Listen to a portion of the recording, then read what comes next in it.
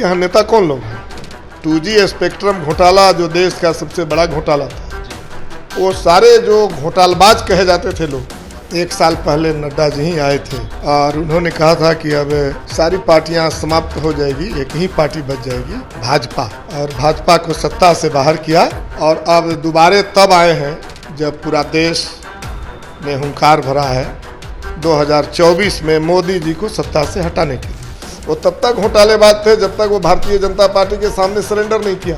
जब वो सरेंडर करके भारतीय जनता पार्टी में चले गए तो वो सब पाक पवित्र हो गए, गंगा नहा लिए। इसलिए इनका परिवारवाद, इनका भ्रष्टाचार, ये सब दबाव बनाने के लिए है, सरेंडर कराने के लिए है। लेकिन ये पूरा देश अंग्रेज़ों से लड़ा है, अंग्रेज़ों को छक्का छोड़ा दिया है, उसके सामने दबाव में नहीं आया। तो जब गिनती करने की बारी आई तो एक हो जाएंगे और जब राजनीति करे की बारी आएगी तो मुसलमान हो जाएंगे, शेख सैयद पठान। हम लोग देश धर्मनिरपेक्ष है, इसलिए देश की धर्मनिरपेक्षता की राजनीति करते हैं। बीजेपी के राष्ट्रीय अध्यक्ष जेपी नड्डा का बीते दिनों बिहार आगमन हुआ था। ऐसे में जेपी नड्डा ने इंडिया गठबंधन पर जमकर निशाना साधा। बापू सभागार में सभा को संबोधित करते हुए जेपी नड्डा का यह साफ कहना था कि जो इंडिया गठबंधन है वो परिवारवाद का गठबंधन है। ऐसे में जो भी इंडिया गठबंधन में पार्टियां जुड़ी है वो परिवारवाद की पार्टी है। पहले क्षेत्रीय दल बनाते हैं और उसके बाद अपने परिवार को घुसाकर परिवारवादी पार्टी बना देते हैं। बता दें आपको कि जेपी नड्डा ने लालू प्रसाद यादव पर, तेजस्वी यादव पर, मीसा भारती पर, साथ ही राबड़ी देवी पर भी निशाना साधा। उनका यह साफ कहना था कि ये चारों लोग जो हैं वो कहीं ना कहीं भ्रष्टाचारी हैं, भ्रष्टाचार में लिप्त हैं। हमारे साथ बात करने के लिए माले विधायक रामबल्ली सिंह यादव हैं, जुड़ेंगे, बात करेंगे। रामबल्ली जी, जेपी नड्डा बिहार आते हैं, ऐसे में इंडिया गठबंधन पर निशाना साधते हैं। वो कहते हैं कि तुष्टीकरण की राजनीति करता है इंडिया गठबंधन, परिवारवादी है इंडिया गठबंधन। ऐसे में वो कहते हैं कि भ्रष्टाचारी जो है वो इंडिया गठबंधन है। कैसे देख रहे हैं तमाम मुद्दों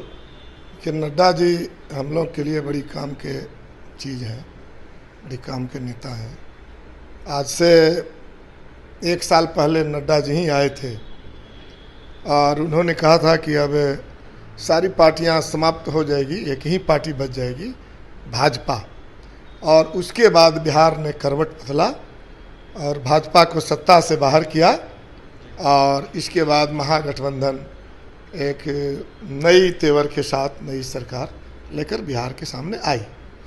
और अब दोबारे तब आए हैं जब पूरा देश में हुंकार भरा है 2024 में मोदी जी को सत्ता से हटाने के लिए। और ऐसे समय पर नड्डा जी फिर बिहार आ गए हैं, इसलिए उम्मीद अब ज़्यादा जग गया है कि अब मोदी जी को हटाना अब बहुत मुश्किल काम नहीं है और 2024 में मोदी जी को देश की सत्ता से बाहर कर दिया जाएगा। और इसलिए हम कह रहे हैं कि जिन पार्टियों के विषय में ये बोल रहे हैं वही सब पार्टी को तो ये ख़त्म करने की बात कर रहे थे। और इसलिए मुझे तो पूरा उम्मीद है कि नड्डा जी आए हैं, इनका पैर में बड़ा लक्षण है। और बिहार से ही पूरे देश को उम्मीद जगी थी जब भाजपा को सत्ता से बाहर किया गया था। तो उसके बाद से आप देख लीजिए, जब चुनाव हुआ तो कर्नाटक में भाजपा को सत्ता से बाहर किया गया, और नहीं तो उसके पहले तो बुलडोजर चला रहे थे लोग, महाराष्ट्र पर, मध्य प्रदेश पर चुनी हुई सरकार को गिरा करके भारतीय जनता पार्टी सरकार बना रही थी।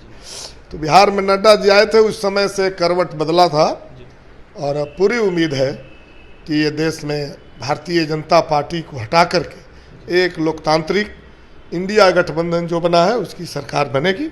और इसलिए हम नड्डा जी को कहेंगे कि आप बिहार आते रहिए, बिहार को जगाते रहिए, ताकि हम लोग को 2024 में ज़्यादा मुश्किल का सामना न करना। वो तो परिवारवादी बता रहे थे इंडिया गठबंधन के नेता। कह रहे हैं कि वो तो 1 साल पहले कह रहे थे कि ये सब पार्टी को हम ख़त्म कर देंगे, अब एक पार्टी बच जाएगी। तो इसलिए वो बताते क्या है ये विषय नहीं है, उनका पैर बड़ा लक्षण वाला है। और इसलिए हम कह रहे हैं कि अभी तो आपने देखा ना, अडानी प्रकरण को लेकर के अडानी की जांच करने के लिए पूरे देश में आवाज़ उठी, लेकिन जांच नहीं कराया गया। जांच करा लेते तो पता चल जाता। तो आप जांच कहाँ करा रहे हैं? ईडी सीबीआई से पत्रकारों के घर में, जो जनपक्षीय पत्रकार हैं उनके यहाँ छापेमारी करा रहे हैं, उनसे पूछताछ कर रहे हैं। लालू जी तो अब पुराना हो गए, इनके यहाँ तो जांच होते होते होते होते लेकिन अब बिहार की जनता ने समझ गई है, बिहार की जनता की असल में ये बदले की भावना से जो लोग भाजपा के सामने सरेंडर नहीं करते हैं उनके साथ ऐसा ही करते हैं लोग। तो अभी तो देख रहे हैं और याद कीजिए आप, उनके यहाँ नेता कौन लोग हैं? 2G स्पेक्ट्रम घोटाला जो देश का सबसे बड़ा घोटाला था, वो सारे जो घोटालबाज कहे जाते थे लोग, वो तब तक घोटालेबाज थे जब तक वो भारतीय जनता पार्टी के सामने सरेंडर नहीं किया। जब वो सरेंडर करके भारतीय जनता पार्टी में चले गए तो वो सब पाक पवित्र हो गए, गंगा नहा लिए। इसलिए इनका परिवारवाद, इनका भ्रष्टाचार, ये सब दबाव बनाने के लिए है, सरेंडर कराने के लिए है। लेकिन ये पूरा देश अंग्रेज़ों से लड़ा है, अंग्रेज़ों को छक्का छोड़ा दिया है, उसके सामने दबाव में नहीं आया।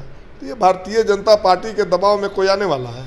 आम आदमी पार्टी को ही परेशान किया जा रहा है ईडी के द्वारा। तो बोल ही रहे हैं हम कि जितना विपक्ष की पार्टियां हैं, आम आदमी पार्टी के संजय सिंह पर देख लीजिए आप, मनीष सिसोदिया पर देख लीजिए, जबकि मनीष सिसोदिया पर सुप्रीम कोर्ट ने कह दिया कि इस पर कोई केस बनता है।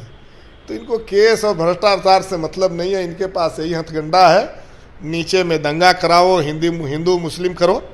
है अभी तो जातीय जनगणना हो गया बिहार में, और पूरा देश में मांग है कि जातीय जनगणना कराई जाए, क्योंकि जातियों की स्थिति स्पष्ट हो, उनकी आर्थिक स्थिति क्या है, सामाजिक स्थिति क्या है, उनके लिए कौन सी नीतियां बनाने की ज़रूरत है।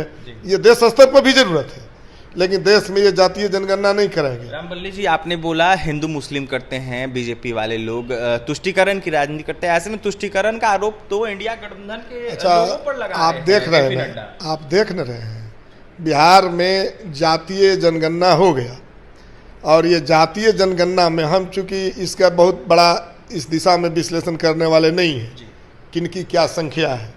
संख्या होती है भाई, संख्या तो जो रहेगा वही ना आएगा।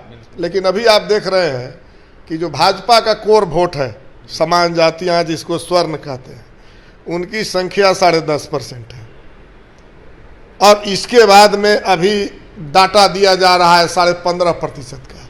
तो जो मुस्लिम बिरादरी में शेख हैं, सैयद हैं, पठान हैं, इन सब को जोड़ ले रहे हैं कि सब हम लोग अब एक हैं, सामान्य हैं, 15% हैं। तो जब गिनती करने की बारी आई तो एक हो जाएंगे, और जब राजनीति करे की बारी आएगी तो मुसलमान हो जाएंगे, शेख सैयद पठान। तो ये तो यही करते हैं, तुष्टीकरण की राजनीति इनकी राजनीति है। तुष्टीकरण की राजनीति हम लोग नहीं करते हैं, हम लोग लोकतांत्रिक राजनीति करते हैं, हम लोग संवैधानिक राजनीति करते हैं, हम लोग देश धर्मनिरपेक्ष है, इसलिए देश की धर्मनिरपेक्षता की राजनीति करते हैं, और इन्हीं चीज़ों के लिए चिंतित हैं। इन्हीं चीज़ों की रक्षा के लिए हम लोग चाहते हैं कि देश से मोदी जी जल्दी इस देश को बख्श दें, कुर्सी से हट जाए, और नहीं तो 24 में तो हटना तय है, हटाया ही जाएगा इनको। देखिए 24 में हटना तय है, ऐसे में 24 में हटाया ही जाएगा मोदी जी को। रामबल्ली सिंह यादव माले विधायक ने जमकर निशाना साधा है जेपी नड्डा के बयान को लेकर। ऐसे में जेपी नड्डा ने जिस तरीके से तमाम बातें की, इसको लेकर यह साफ कहना था रामबल्ली जी का कि बिहार आते हैं वो, उनका कहीं ना कहीं पैर जब आता है तो बिहार में बदलाव होता है, और आने वाले समय उम्मीद है कि 24 और 25 में बदलाव होगा, और भारतीय जनता पार्टी को कहीं ना कहीं हम बिहार से और देश से उखाड़ कर फेंक देंगे। और भी तमाम खबरों के लिए NBC 24 के साथ बना रहे पटना से सहयोगी अमित के साथ अभिषेक की रिपोर्ट।